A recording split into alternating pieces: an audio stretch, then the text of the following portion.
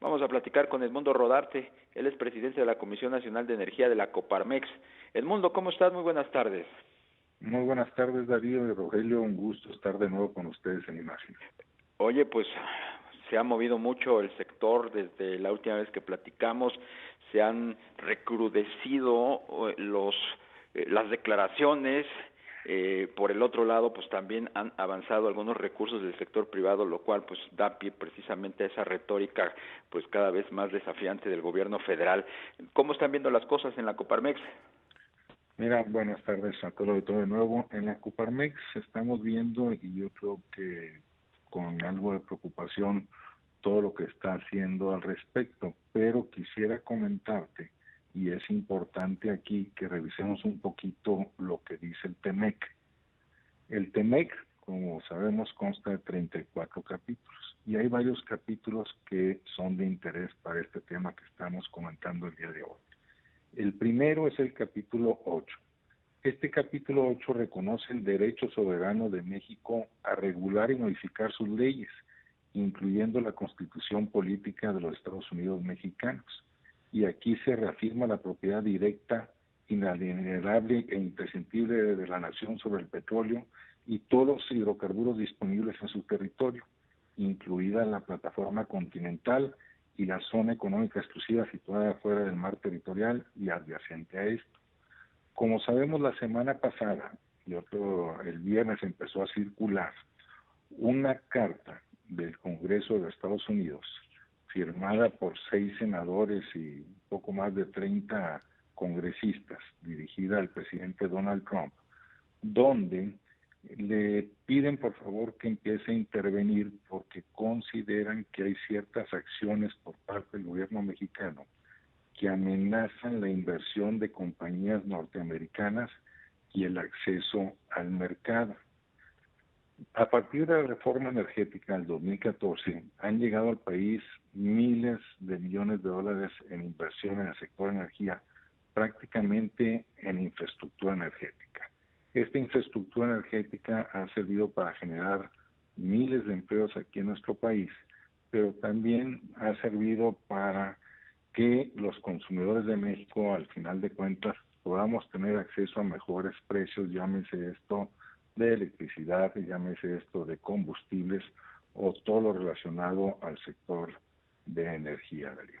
Entonces, te comentaba, por un lado, tenemos el TEMEC, sabemos que el gobierno de México puede reformar su constitución si así lo quisiera, está contemplado, no hay ningún problema al respecto, pero también hay otro capítulo importante, que es el capítulo 14 de inversión. En este capítulo 14 de inversión es lo que tiene que ver toda la protección a los inversionistas de América del Norte, y esto se hace para alinear los mecanismos sobre los cuales los inversionistas extranjeros pueden solucionar cualquier diferencia que pudiera surgir por, aquí lo pongo entre comillas, una supuesta violación de las disposiciones del tratado. Entonces, efectivamente, como lo comentan, ha estado muy interesante en estos últimos días o semanas el tema en el sector energético. Edmundo, buenas tardes, te saluda Rogelio Varela, continuando con pues esta línea que comentaba Darío. El fin de semana el presidente López Obrador habló del sofisma de las energías limpias. Ahí, ¿cómo está México expuesto, dado pues lo que tú mencionas del TEMEC y otros acuerdos de corte ambiental que debe México cumplir? Mira, nosotros sabemos, México está adherido al protocolo de París y tenemos metas para que debíamos de cumplir en cuanto a energías limpias o renovables. Con todas las acciones que se ha tomado, se pone en riesgo el cumplimiento de esas metas y sobre todo se pone en riesgo nuevas inversiones, al menos privadas, para la generación eólica o fotovoltaica, que como sabemos hay muchos estados del país, Tamaulipas es uno de ellos en el norte, Oaxaca en el sureste. Tenemos una ubicación geográfica privilegiada, no la pedimos, la tenemos. Tenemos luz del sol prácticamente buena parte del año, tenemos de las mejores corrientes de aire que hay en el mundo también para generar energía eólica. y definitivamente todo se pone en riesgo, mientras que otros países como Japón o Alemania se han fijado tener para el 2050 100% de energía renovable. Edmundo, el presidente se defiende señalando que México no suscribió ningún acuerdo con Estados Unidos y Canadá en el TEMEC. Incluso precisa que se dejó a buen resguardo precisamente la soberanía de esa industria. Aparte de eso que dice el presidente, hay, digamos, argumentos en favor de los compromisos que se habían adoptado antes de que ganara las elecciones, incluso compromisos que ya tenía previamente establecidos el gobierno mexicano en el contexto del Telecán. Yo te diría que a cualquier inversión que llegue aquí al país necesita certeza jurídica. ¿Y qué es eso? Las inversiones en infraestructura energética son inversiones que se recuperan en el mediano o largo plazo, te voy a decir 20 años. Entonces, cualquier inversionista y en cualquier país no te pueden cambiar las reglas ni a los 3, ni a los 4, ni a los 5 años.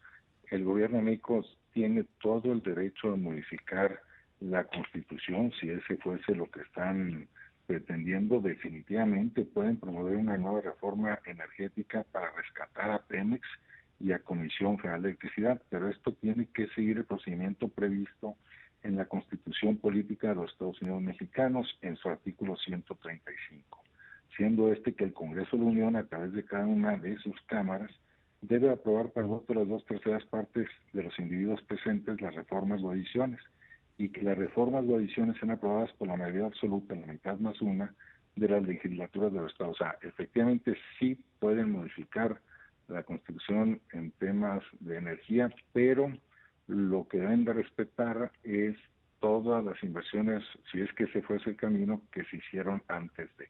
No pueden cambiar las reglas, porque entonces sí se van a venir una serie de litigios con todos los mecanismos que existen tanto en el país como a través de los tratados y otras opciones. Claro. Edmundo, en la coyuntura de las próximas elecciones en los Estados Unidos y ante un eventual triunfo de Joe Biden del Partido Demócrata, ¿consideras que podría ser un elemento que se utilice para cuestionar el TEMEC, este tema energético? Yo creo que las elecciones en Estados Unidos nos van a ayudar, dependiendo de quién sea el que resulte ganador, para ver los compromisos que hay con el tema de renovables. Como sabemos, yo creo que el presidente, en mi percepción, el presidente Biden, el candidato Biden, favorece más a las energías renovables, todo eso, cosa que no necesariamente el presidente Donald Trump ha apoyado. Por supuesto. Ahora, ¿ves tú factible, Edmundo, que los recursos que han promovido las empresas que se han visto afectadas por estos cambios en la regulación, pues creen un precedente difícil de ser, digamos, revertido por las decisiones que está tomando el presidente López Obrador, que parecería que no tienen el suficiente sustento legal, más allá de lo que argumenta? Sí, yo te comentaría, tenemos el ejemplo más reciente, yo te diría, de el incremento en las tarifas de porteo para cierto tipo de generadores, llamemos específicamente a los eólicos, fotovoltaicos y cogeneración, donde se vinieron una serie de amparos. La información que yo tengo es que esos amparos les otorgaron la suspensión provisional y posteriormente la suspensión definitiva. Siguen otras instancias, pero hasta ahorita han dado la razón a los privados en ese aspecto y en otros que se han generado antes y en otros que van a venir posteriormente. Bien, pues te queremos agradecer estos minutos, Edmundo Rodarte, presidente de la Comisión Nacional de Energía de la Coparmex. Si nos lo permites, pues nos mantendremos en contacto para ver cómo se va desdoblando esta polémica. Muchísimas gracias. Encantado, Darío, Rogelio, y saludos a todo el auditorio. Buenas tardes.